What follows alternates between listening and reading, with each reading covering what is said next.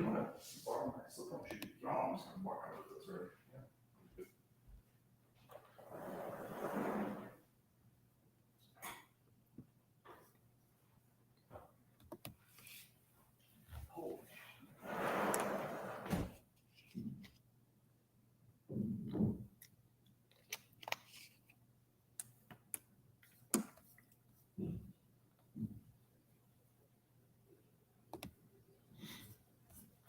Get this thing all fired up here, guys, and we'll get going on this.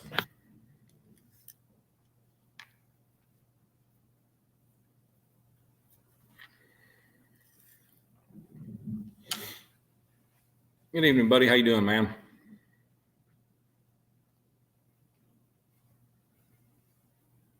Get a few people on here. We're going to bring Jason in, and we'll just start talking away, answering some questions. Hopefully there's a bunch of questions out there.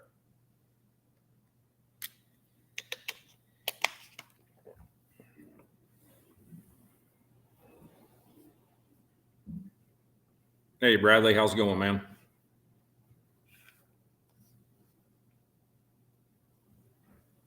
Hot and tired, getting ready to eat supper. I hear you.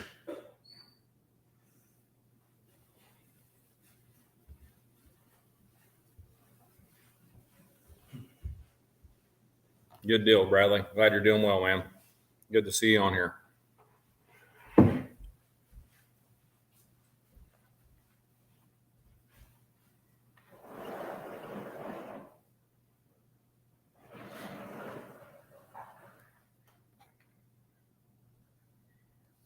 I'm going to bring Jason on here. Let's see what he's up to. What's going on, Jason? Not too much. A little warm here in Kansas. It's warm here. I'm in Iowa right now, and it's warm here. Really? Been 92 here all day. Yeah, it's staying right around that 90-degree mark here. We just got done. Had the guys from Genesis here drilling a whole bunch of food plots. We've been filling feeders and mineral wicks and you name it. We've done it all day today. We started filming this morning about, probably 10 o'clock and just got done here a little while ago. Really? So got a little bit more to do tomorrow and I'll be heading home. So Long, hot day. yeah, it is. Danny Robie. Florida yesterday, and it's warm in Kansas than it is in Florida this week. Really? Yeah. Wow. You can believe that. Yeah. What part of Florida was you at? Treasure Island. They don't have very many deer there, do they? There's some. Well, not on this. Some? But in Florida, yes, there's deer, but Yeah. Small deer. Kevin McFarland, good to see you on here, bud. Yeah, Bradley, it's muggy today. It's been a hot one. Thank goodness we had a little bit of a breeze finally roll in here about noon and started cooling us off a little bit what we could. But man, that sun is bearing down on us.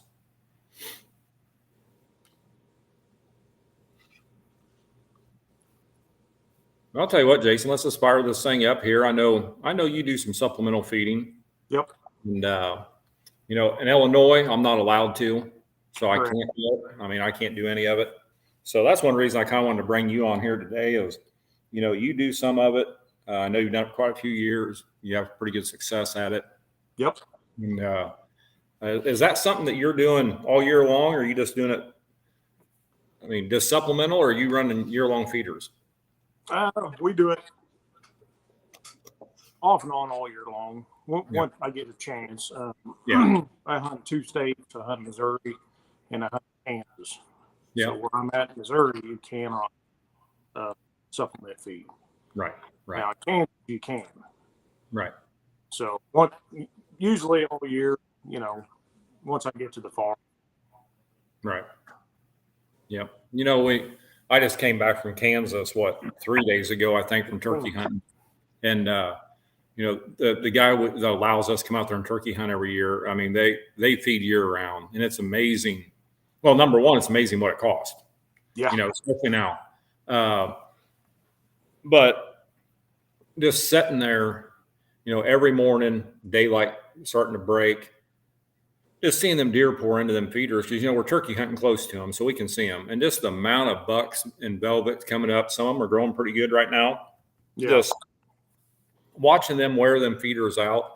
But the thing that caught my eye was, it was like certain days that we were there, you'd have them bucks come to them feeders and they'd just wear them out. And the next morning, you know, these feeders are on green field. So the next morning, the deer walk right by the feeder and go out there and eat in the green field for 2 hours before they go bed. So it's strange on, you know, just because you have a feeder there doesn't mean they're there every morning, but they're there when they need it, you know. And yep, they'll eat what they need. So yep, heck yeah. But no, the biggest thing is, you know, I try to I talk to a lot of people on the phone every year, a lot of them about supplemental feeding, you know, and you guys heard me mention it many times on here. You know, the biggest thing about feeding is knowing what to feed them and when to feed them it. You know, when it comes to high protein, you know, I got guys wanting to feed 30% protein in the winter months, which is the worst thing ever to do for a deer. You know, they can only utilize that 16% protein without burning fat off their body. So the last thing you want to do is try to fatten these deer up, but burn fat off at the same time. So you need to get that protein level down to about that 16% level. And what I like doing, if what I help people do, and if I had a farm, what I would do is that I could actually have it on Illinois. I can't, but if I was, you know, I'm going to run a higher protein, you know, starting in the spring, when them deer start getting in that growing season, I want to run that high protein in that feeder all the way until them deer get out of velvet stage. Then I'm going to drop that protein down and go with a higher energy food source. So I'm going to run like a 16% protein instead of a 20. And I'm going to go ahead and go with like our rack maker feed that we have, you know, our deer nut pellets, you know, them work very well. That rack maker, that's a feed that you can feed year round. 16% protein. It's got a good energy. It's got a good fiber. And in the springtime, when they're in growing season, you can pump it up. You can throw some of our roasted bean cuisine in there or cotton candy. You know, you're looking in the high 20s in protein level, and really give them deer a lot of protein while they're growing, but get rid of it when that growing season is over with, because them deer need that energy. They're losing 20-30% through a rut.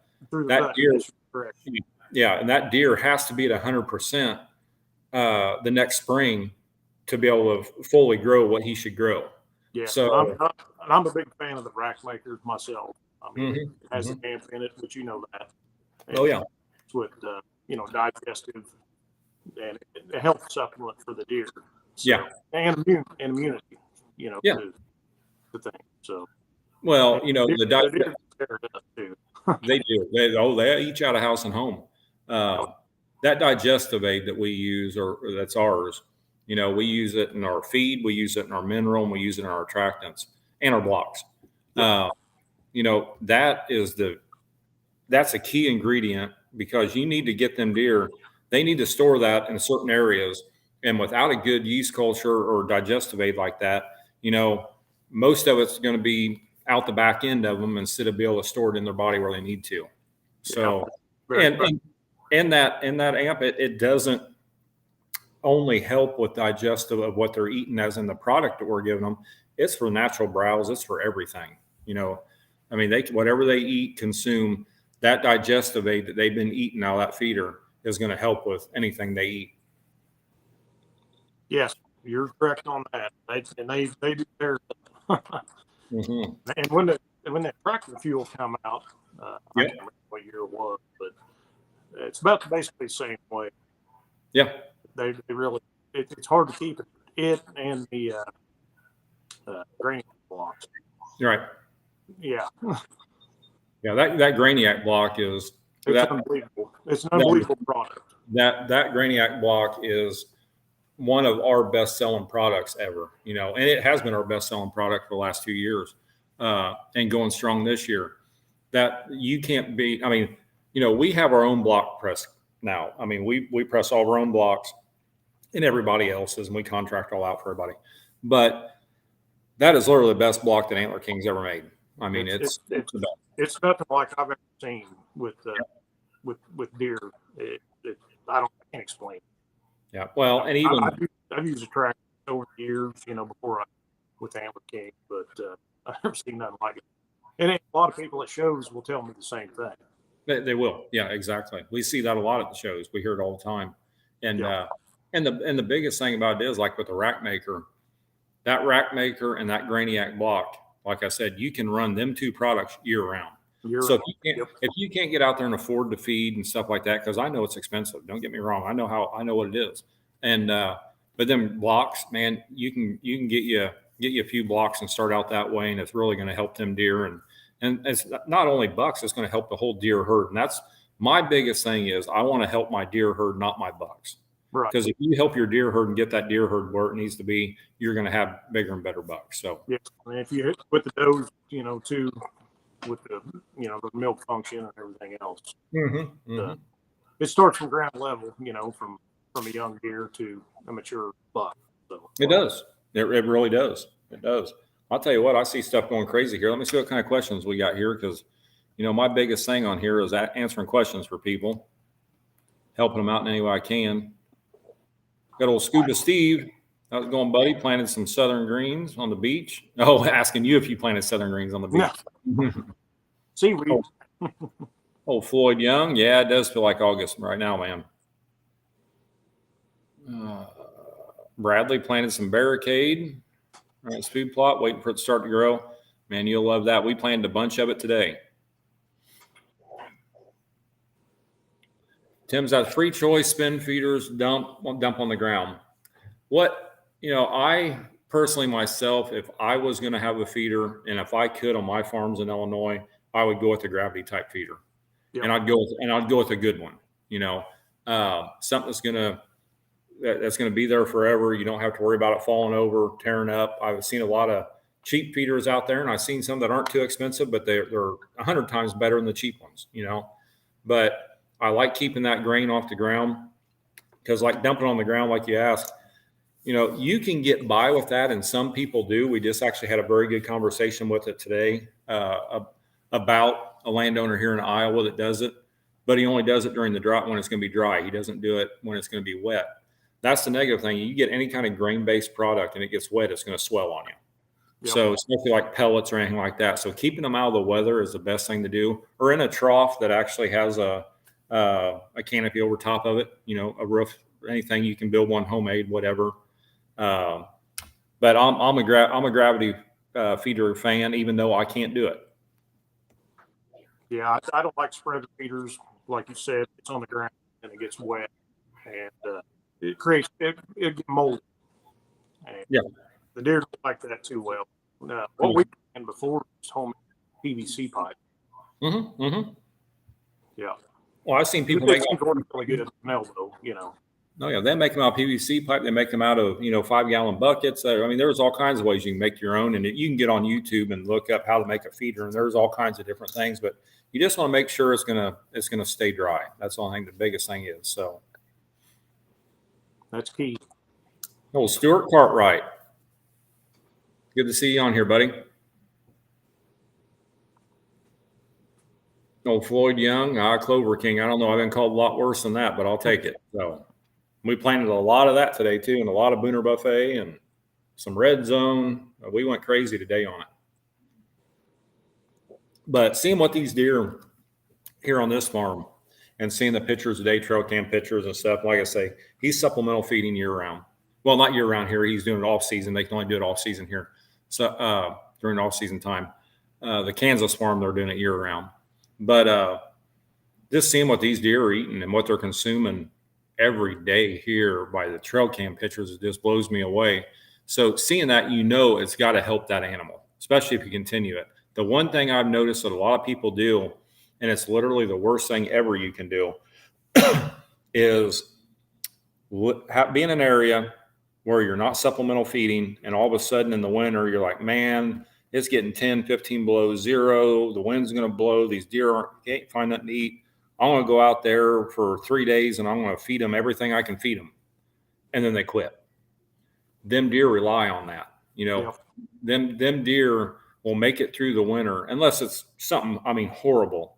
But you start feeding the deer something better than it can normally get during that time of harsh weather, and then take it away from him, you're hurting that deer more than you are helping him. So if you're going to start a program like that, especially in the real poor months of the year, poor weather, you got to keep going. keep it going until you get some good weather and get some good greens and stuff starting to come up. But don't start it for a day or two and walk away from it. Yeah, because if you stop, I'll throw it out there. If you stop doing that, they're going to go to another property. Yep. For their food and protein. So. Yep. Tim's on here asking if there's any tips to get a deer comfortable with a feeder. The only thing I've noticed, and again, I just learned this, or not learned, I kind of knew a little bit about it, but we really talked about it in Kansas over the last weekend, is they used to run a lot of smaller feeders there. So they were going in and out of that all the time, filling them. And it was just getting too much pressure on them deer, and the deer were shying away. Getting pictures of them walking way around, just there's a lot of human scent there, a lot of commotion. So he went to actually, and again, a lot of people can't afford them out there, but he went to 2,000-pound feeders. Yeah. And he's going out there once a month instead of every other day. And he said the deer are just so much more comfortable. Again, not everybody can do that, but anything you're doing from food plots to hunting to feeding, putting blocks out, whatever, the more pressure you put in that area, the better chances them deer are going to shy away. Yeah. Same thing with trail cameras. I learned that years ago. So in and out too much. Back in the day, we ran 35 meter, film cameras, and not like today. But I don't want to tell my age there. But you can be in there too much and get too much center. Well, last year was the first year that I finally broke down and started using cell cameras. I didn't think I ever would. I'm glad I did because I love them. But the deer activity on my farm last year, using them cell cameras and watching the deer and staying out of there from checking cameras, I couldn't believe the difference. I mean, because I wasn't pressuring them like I always do. Because you know how it is. You got a big buck on camera, and he's there one night. You think he's there every night. So you wait a couple of days. You want to run in there and just see if you can get a better picture of him, this and that. And you're just pushing them deer, pushing them. I don't have no patience when it comes to deer. I want to see what's on that camera. Well, now I do. It just comes right to the phone. Yeah. But in this day and age, really, I'm not trying to be a camera salesman here, but with $5 a gallon gas, it's almost cheaper to pay that cell bill for that camera than it is to drive back and forth to the farm. Yes. It is getting that way. Mm-hmm. So, but yeah, it's a pretty good little deal there. Anything you can keep that pressure off that area, the better off you're going to be. Yep. What Mark Coleman's on here. Mark, good to see you, bud.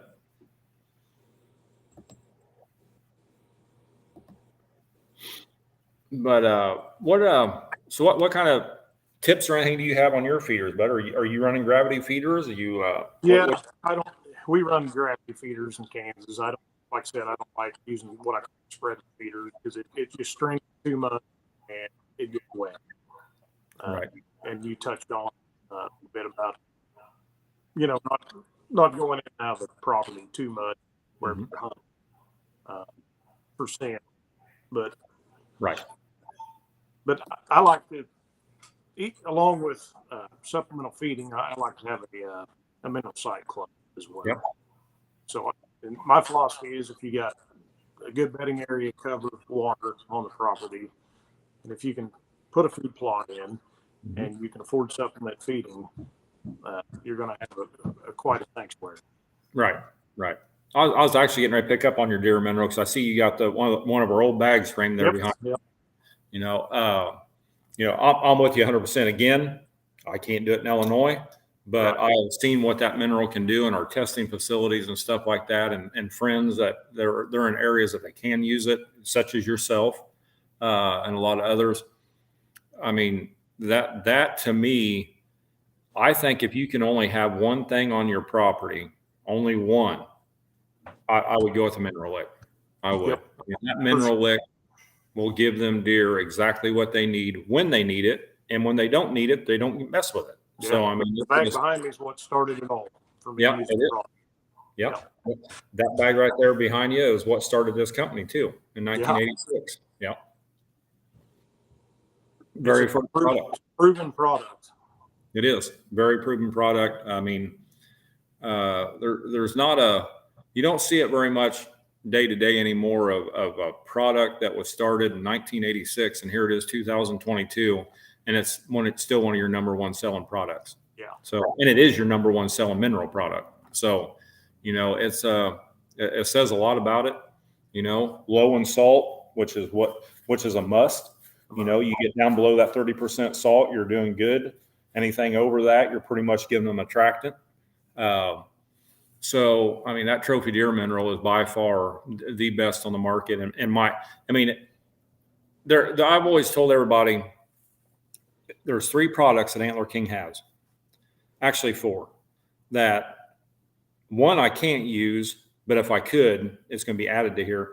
But if Antler King fired me tomorrow, if I could use trophy deer mineral, that's one that I'd still use to the day I die. Yep. Then you got trophy clover mix, honey hole, and slam dunk. Them are the 4 products that you could not pry out of my hands, even if they fired me. That's how much I care for them products, and I've seen what they can do. And I talked my ear off today here on all of our filming deal here for doing the commercial shoots and stuff about the importance of them and how much honey hole and slam dunk mixed together is what you can do with it. Them guys, every time they'd ask me a question, it was honey hole or slam dunk. They're like, well, you must like that product. I'm like, you absolutely right, I do. That's my go-to. I like the Graniac block, the rack maker, the trophy deer mineral, and the honey hole slam dunk. That's basically my go-to. Yep. We got Gregor here. Hey, Robie, I bought a down and dirty block. Add to my Graniac blocks. When I'm putting it out, should I wait closer to the rut? No, actually, bud, Greg's talking about the Graniac, the new down and dirty block we have. I tested it last year. Yep. After the rut. Yep. Now, that down and dirty block right now, I would be putting that down and dirty block out as of right now. I'd already had it out in the spring and run it through, because you're looking at a block that has 28% protein. So I'm running that block as of right now till probably, I'm going to run it to about the first part of October, and then I'm going to be done with it. But the Graniac block, you can run it year round. Yep. And I have. We made a new mineral lick back in March. Mm-hmm. And we put it down a dirty block with it, just to see, Yep. the outcome of it, and then we're going to keep using it. Yep. Just like you said, probably till October. Yep. Now, like today, a lot of the mineral licks we did here, freshen them up. We put our new Booner blocks, the new mineral blocks, the 7-pounders, or actually they're 10-pounders on that size.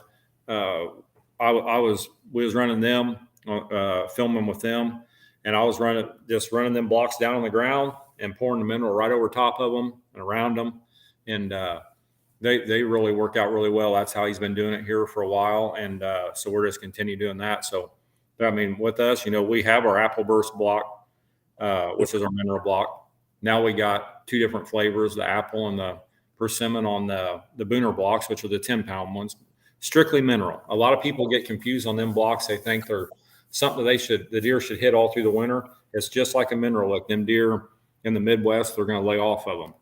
So you're running them pretty much until they don't want them anymore, which is usually, it could be October, it could be November.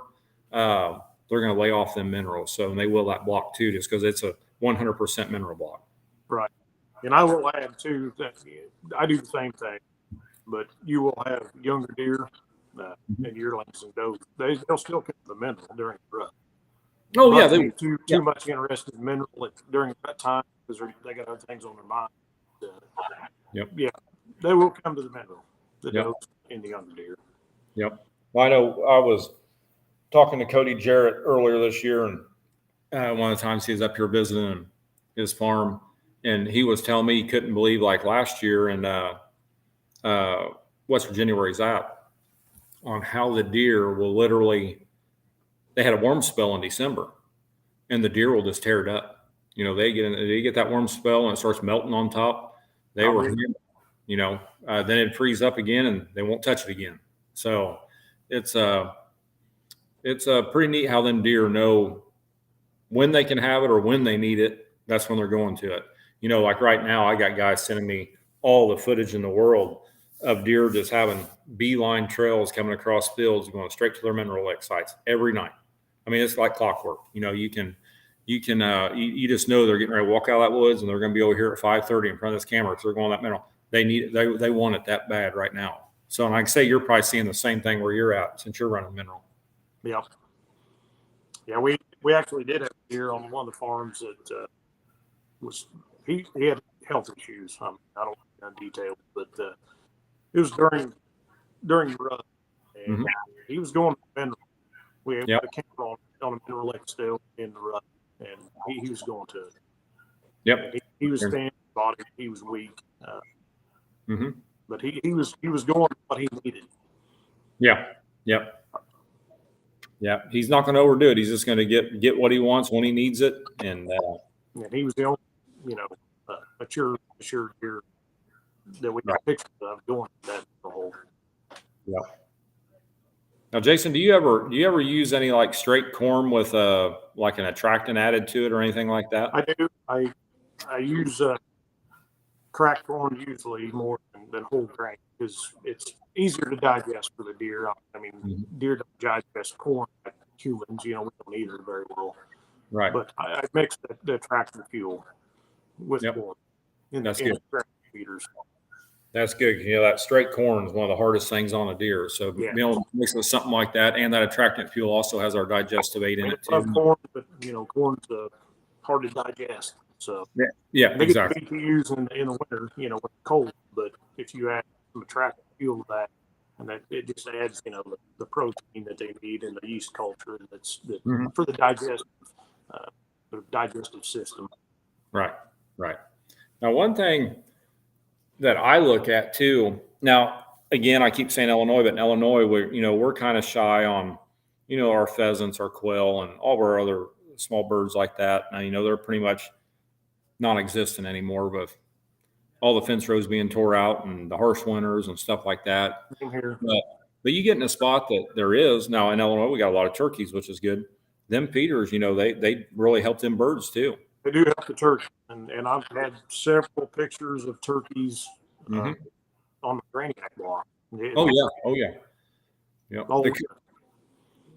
Them feeders, they help more than just the deer. There's a lot that they fatten the coons up real good too. You can keep coons out of it. Yeah, the turkeys they benefit too. So if I can figure out a way to keep coons out of eating out from underneath a feeder, I'd be a multi-millionaire. I'm telling you, man. I get that question a lot, and I'm like, unless you get rid of them, they're going to come. That's free, just like a squirrel. That's free dinner for them. They know it's going to be 18 on one photo on a great block. Yeah. It's just nothing you can do about it. They love that stuff. Old Scuba on here saying, put a hot wire up. Yeah. I'd forget about the hot wire and I'd get shocked. Yeah.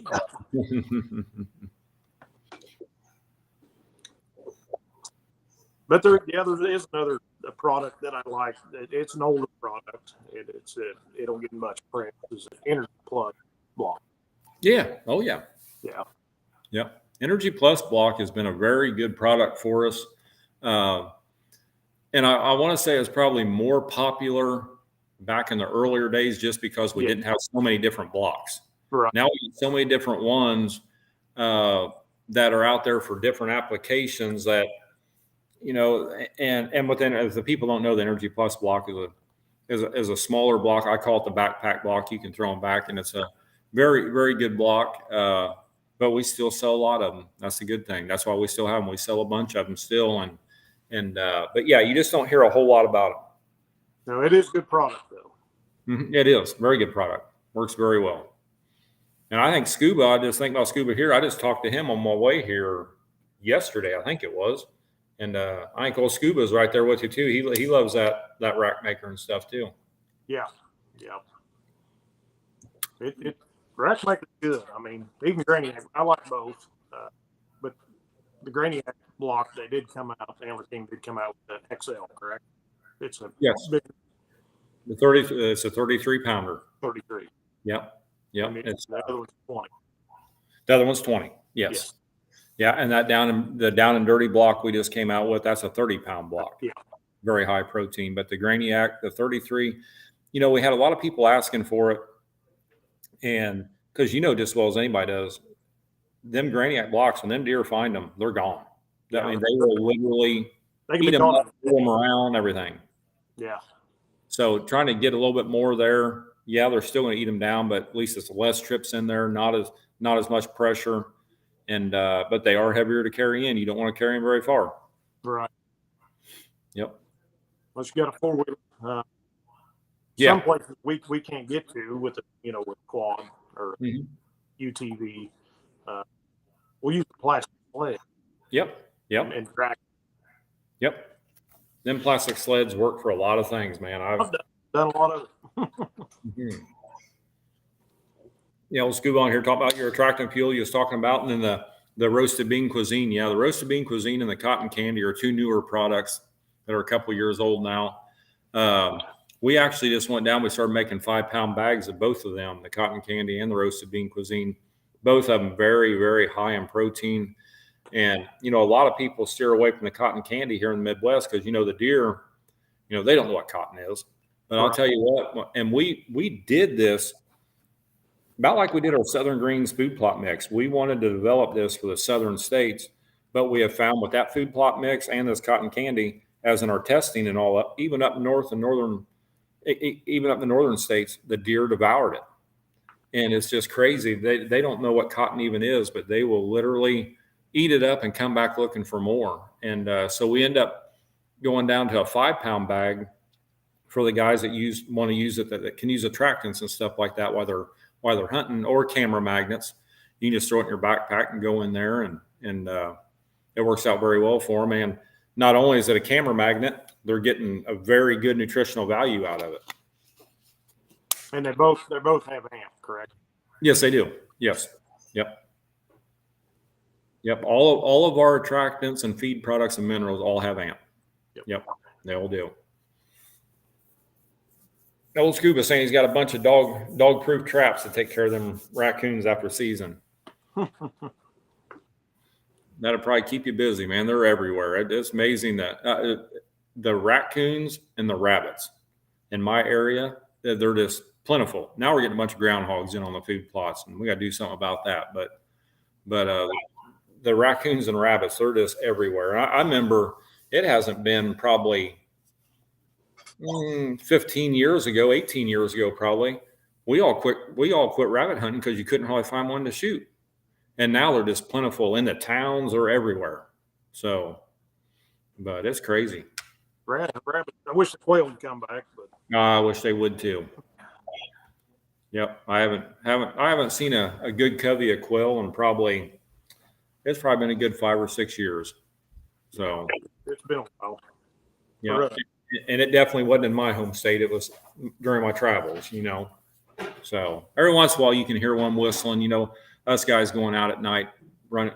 Well, I shouldn't say night. In the evening, watching the deer come out to feed and stuff, and why they're in velvet and everything. We're just watching them, videoing them, spotting them, and you'll hear a few whistling every now and then. But as in actually seeing them or a big good covey, you just don't see it anymore. No, that's sad. Yep. Kevin's asking about the buck bricks that we have, and Kevin, the buck bricks they're pretty much what I want to call, again, a camera magnet. They're a salt block, which, if you want pictures of a deer, you throw. I mean, I've seen some here today that he just threw out 3 days ago, and they went from being 3 inches thick to about a half to 3/4 inch thick. They will tear them up because they love that sweetness of that salt. But so yeah, they're more like a camera magnet. I don't know if Jason's used any or not. I personally can't use them, but I know a lot of guys that do, and most of them use them just for inventory, checking inventory. Yeah, I've used a few. I think the wild bear is the one I use. Yeah. Yeah. Yep. Yeah, I'll check here, see if I'm missing something here. And to me, it don't hurt, like if you start a mineral lake. I had a guy tell me years ago that deer, they do need salt. and they'll only eat what they need, just like mineral. Mm-hmm. But you probably need a little salt once you start a mineral lick for dinner. Oh yeah, yeah, So exactly. if I start a new mineral site, I would throw one of them buck mix in with a 20-pound bag on it.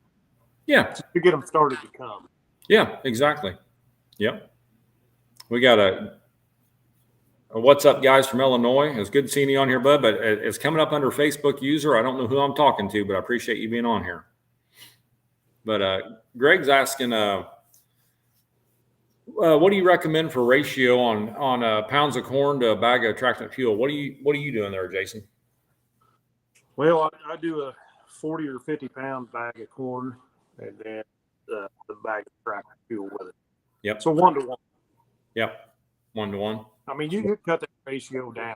You could, use a half a bag of attractant fuel, but I do a 1 to 1 in a feeder. Yeah, that's pretty optimal there for giving them what they need and everything. 120-pound bag of attractant fuel to a 40-pound bag of corn, or even a 50-pound bag. I mean, that'd be about perfect.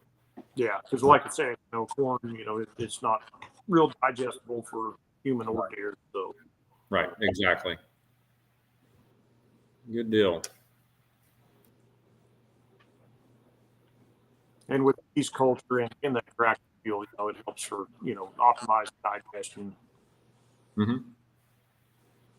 Gregory, you're welcome, bud. Appreciate you being on here asking questions. Crawford County, PA, saying the deer love the Graniac block. I bet they do. I'll literally tell the God's awful truth right here. I had a gentleman call me the other day that I don't know. I never heard a deer this picky before in my life. The very first customer in 2.5 years that told me the deer would not eat a Graniac block on his property. And he had video cameras to show him on video walking around it. They would not touch it. But after talking to him a few, he has tried multiple, all different brands of blocks, everything. The deer will not touch them. And he had video proof that, Really? I mean, he can put blocks out there and then deer will walk around like they're scared of them. And he showed me all the videos. It was very strange. He said he cannot get a deer to eat a block no matter what brand it is, who makes it, they will not eat it. It's really, I've never. Yeah, he thought I was crazy when I said he was the first one. I said, buddy, I've never, especially that Graniac block, I've never in my life had anybody tell me a deer won't eat it on their farm. It didn't happen. I've never seen it. Yeah. I mean, most people complain to me because they eat it too fast, which I understand they do. They love that block. Well, as well as I do doing any of the the trade shows we do. Mm-hmm. That's one of the products we sell on the first day. Yeah. Oh, exactly. Yeah. Yeah. The Graniac block and the trophy deer mineral. Yep. Them two. I can't take enough trophy deer mineral to a show, and the Graniac block's the same way. Yep. This year with March and I. Yeah. Everything sold up. It's great. Yep. It was this year. Yeah, the people, they come there just for that, and that's what they want. And because, a lot of the stores, we got it into a lot of stores, but they don't bring a whole bunch in. So the people find out it's there, they go buy it out right off the bat. They go buy Then they got to wait till the next order comes in, So it's these stores only bring so much of it in, especially them heavy products like that. Yeah, and I visit a lot of stores. I think Robie knows that, and a lot of horse stores here in Missouri, Kansas. That's the first two things to go out the door so quick. Yep. There's a trophy deer mineral and Graniac block. Yep. Two of the best ones right there. Go up through. I think I missed something here.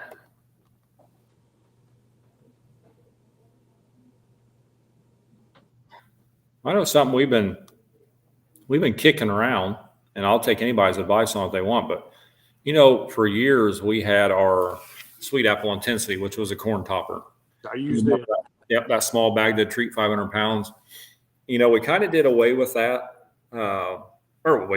we did do away with it. But we're getting so much call on anymore. We're really thinking about going back into something like that, and just something for the customers that want to use it. And it does have a big benefit. There's a lot out there now that are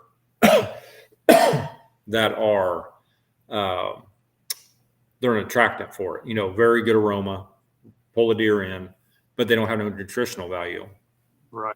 Our sweet apple intensity, it had a good aroma. I'm not saying it was the best smelling. I mean, I think it could have been more potent, but to get that with us, we have the trace minerals and vitamins in it that the deer need with the yeast culture.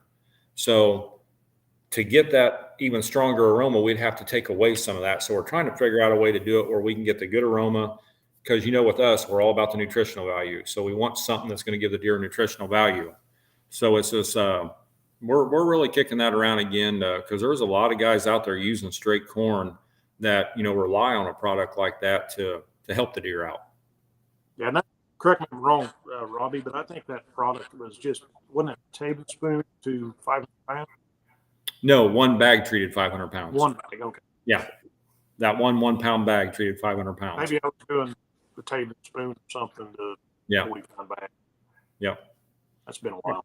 Yep. All right, we got a question here. I got a pond down in central Illinois, 4 acres, 98% is pond water.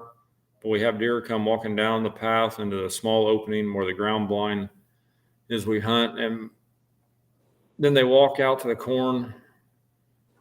If it was your property, would you do a winter food source, since they usually tear up? Oh, I would definitely use a winter food source in an area like that.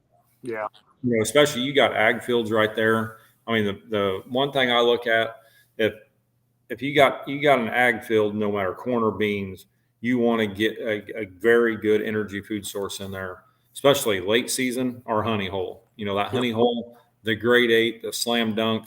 But if you're wanting late season only, I'd be planting this straight honey hole. But if you want something that's going to help the deer out and they're going to feed on it throughout the season, that grade 8 is going to give you food from early season all the way till the spring of next year. And that'd be awesome to have around that corn and bean fields there. Good point. Especially, in a late season like that, when everything's been harvested and Exactly. Feels pretty picked over, coming into December. They absolutely they are. And, in a product like the grade 8 or even the honey hole. Yeah. There's so much forage there that, it's going to get them through them winter months, and it's going to get them into the spring. Then with like the grade 8, it also has cereal rye in it. Well, that cereal rye is going to go dormant with the first heavy frost. The deer are going to eat it down, but it's going to green up a month earlier than any other spring green up and give you about a 30% protein food source for about 3 months. Yep. So, that grade 8's a great one. It's a good one. Yep. Kevin McFarland's asking, any thoughts of ever bringing back Mini Max? Well, if anybody knows me, knows I'm the #1 Mini Max fan there ever was. Yep. I actually have 2 bags on display at my house, and there's one in my work truck sitting out here right now. One of the little you remember them little the starter packs we had? Yep. I got all the mini bags out of all of them, and they're in my truck out here right now. But that was one of my favorite blends. We kind of switched over and went to the Game Changer because we wanted more nutritional plants in it. Now the Mini Max did have our germination coating on it, which was very nice. The Mini Max did. But I don't know. You never know what we're going to come up with. We're thinking about a bunch of different food plot blends right now for the next couple of years coming up. And not saying that's not one of them, but it's you never know what we're going to come up with. And the Mini Max is good for turkeys as well. No, the Mini Max love turkey. Them turkeys love that Mini Max. Back, and I don't know if you remember it, if you were with us back then or not, but back in the day we had the Bucks and Bird blend. And I don't know if you remember that or not. That was. Yep, that's that Bucks and Bird blend. That was that's telling my age now and how long I've been with Antler King. Excuse me, but that was one of my favorite blends. And I told Todd I couldn't believe he discontinued that product out. And when I remember it. Yep, and I started. Let's see. I'm trying to think how long I've been pro staff with Brand King. 2014, I believe. Yep. Now, I can't remember, Jason. Was you on board when Cody was the key accounts manager. Yes, he was the one who got me. Okay. They discontinued it before that, right before that. Okay. And not Mike, I'm sorry. It was Mike. He was with us, and he found some old bags in a warehouse. They were 9 years old, test date on them. Wow. And you couldn't even see what color they were with dust. He found like 6 bags, and he knew I loved them. So, because every time they would ask me, what do you think about a new blend? What would you come up with? Every time I'd write it down, it'd be the Bucks and Bird blend. Every time. And they'd just laugh at me, because they knew I wanted it back. Well, he found them, and he brought them to me. Them things, the test date was 9 years old, and I planted them. It was the best looking food plot I ever had. Really? Yep. 9-year-old test date sitting in a whole warehouse. That's impressive. Yep, it is.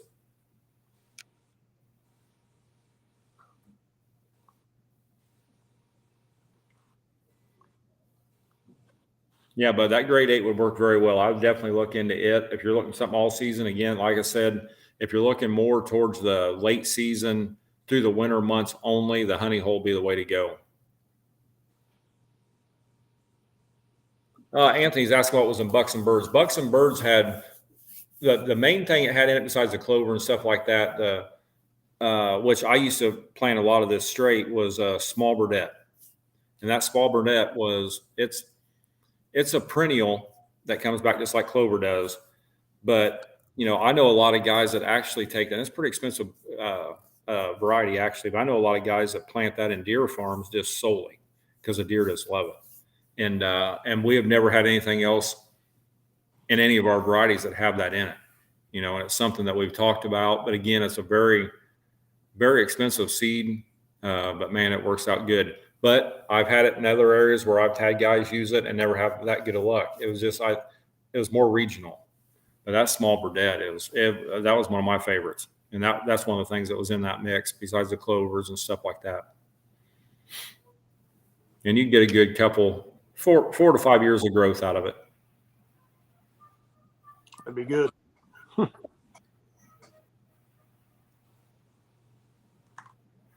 Got a Facebook user on here saying, awesome live stream, guys, and getting pumped for deer season. I hear you, but I am pumped for deer season. All I've been doing here like I said, I was in Kansas. Now here I'm in Iowa that's just full of deer and big deer, and going around planting all these plots and seeing all these deer pictures and stuff. I'm going crazy. I mean, I'm ready for it. Thank goodness our Illinois turkey season just went out today. So now I can start focusing on deer. That's what I'm wanting to do. So it's hard for me to focus on deer when I'm chasing turkeys around. Yeah. That's been my problem. They get me all upset every damn day, so I can't think about nothing else. Chasing turkeys and doing a lot of fishing. So I think Scuba Steve can probably relate, chasing spoonbill down in Missouri. Oh, yeah. But yeah, we've got to get to planting some pretty soon. Right. Been a lag. Yep. Now we got a guy on here asking if we have any hunts this season that we're looking forward to. We used to deer hunt wise. Me and my best friend Eric, we'd go to Wyoming every year, and now it's getting so hard to keep cutting tags back and keep cutting them back, and you just can't get a tag anymore. But something that's happened with me over the last couple of years, and it has with him too, is we really got some real good deer in on our own farms now, and we got some good ones to chase and some that made it through. So this year, unless something comes up, I always get people asking me to come places with them, but I think I'm just going to focus again like last year on my home farms.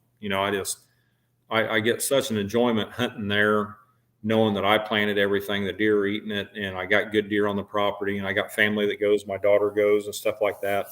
I'm focusing pretty much on home all year. Now, how far have you got to travel, Robbie? I'm only 20 minutes from the house. Okay. Yeah, I'm close.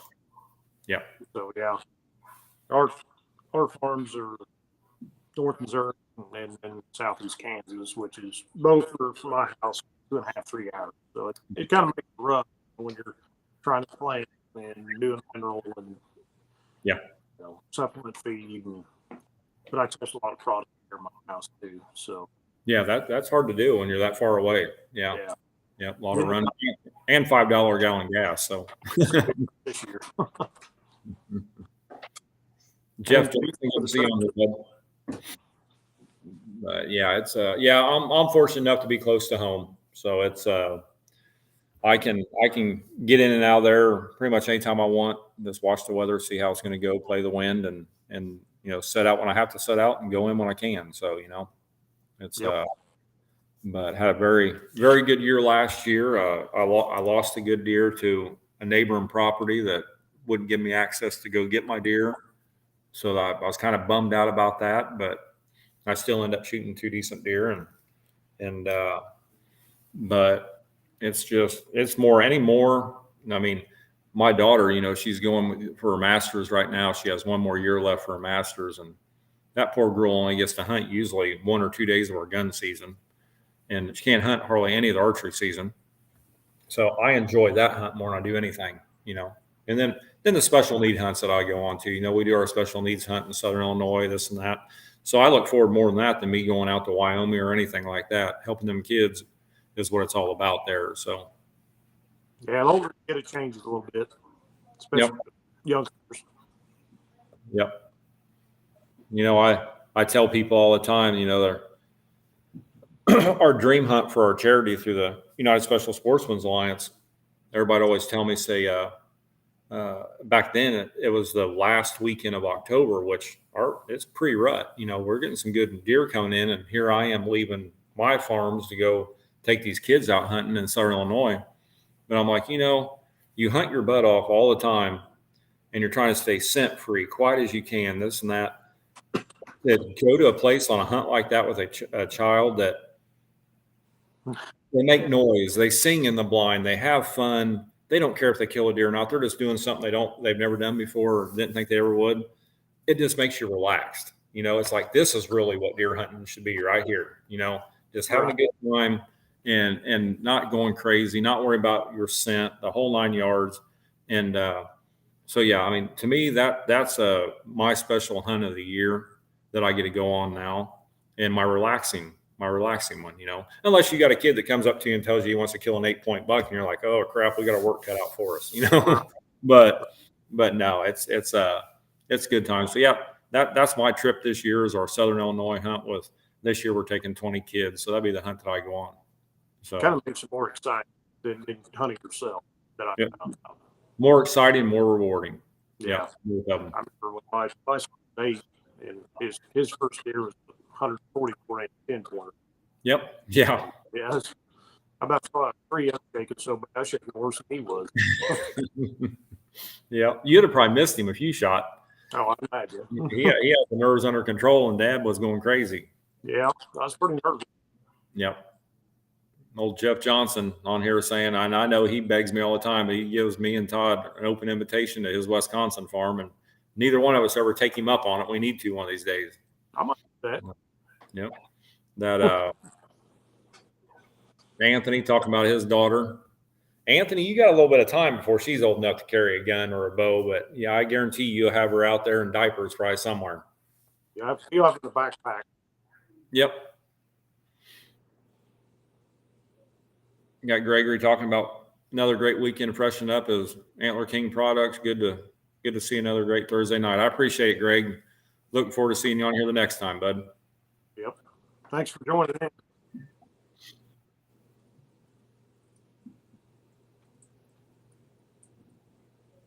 Rick Stillman, he's on here. He's one of our guides for our dream hunt that I was just talking about with 20 kids. Yeah, Rick, it's the 20th anniversary. We're taking 20 kids instead of 13 this year. So you better actually get some air conditioning and heat in that blind. Them kids will really enjoy that.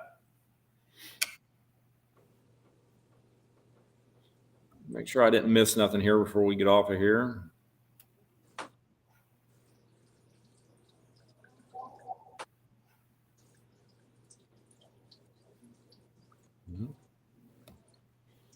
I'm going to plant barricade this year to separate my food plots.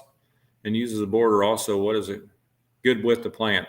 Buddy, when I'm planting barricade, I'm minimal 8 foot. I've done 6 foot. It does well. But the thing you want to look at is when you plant the 6 foot in an area that you're getting a lot of straight line winds through the winter, stuff like that, it can lay down a little bit on you, bust it up some.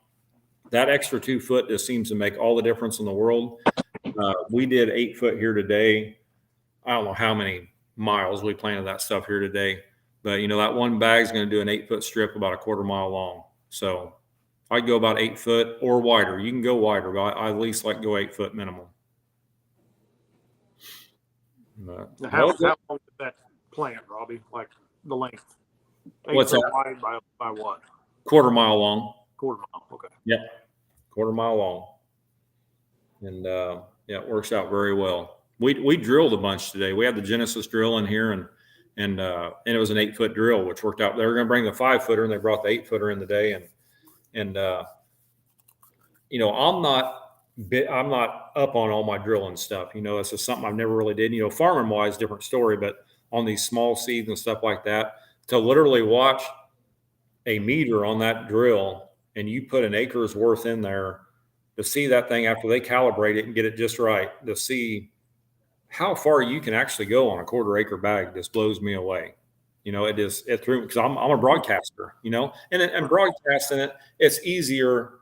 It's very easy to overseed too much seed in an area, especially when you're trying to go a narrow strip. And but seeing how far they could go and open that box up and it's look like it's still full, it's like, what in the world? And so it really amazed me on see how far a bag would really go. You know, you think 8 foot, a 1/4 mile long, you got to visualize how far that is until you start going in and around fields and all that. That's a long ways around a field somewhere to get that, empty that bag out. Right. If a lot of people like me broadcasting, I get to second guessing if I need more. Yeah, exactly. Yep. You usually, an old timer told me one time, if you don't think you're putting enough down, you already put 3 times too much. Yep. And that happens all the time with the clover, the honey hole, and all that. Them small seeds, you just don't think you're getting a good enough coverage, and you've already done too much. Right. And that's a good thing about the honey hole with the old coated orange. You can see it. You can see it good. Yeah.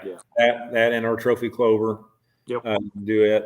The new Booner Buffet, you can see it pretty well. But yeah, that's I wish that coating wasn't so expensive, because I'd have it on everything that would stick to. A lot of things that won't stick to. So, but yeah, that's the way to go. You can really see that really well.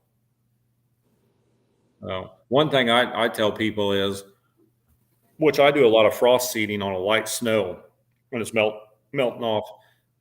If you always think you're not getting enough out there, just go out on a snow one time with some honey hole, not honey hole, but trophy clover, and just normally broadcast it like you would. It'd blow you away to see all that orange on that snow.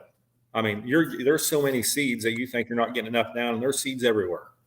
You know, there's a lot comes out of there. You know, you're looking at what, 400 and don't hold me on this. I think it's 460,000 seeds per pound, somewhere in there, 430. I mean, there's a lot of seeds in that bag. Yeah. Well, buddy, we came up to our 9 o'clock hour, man. I appreciate you being on here with me.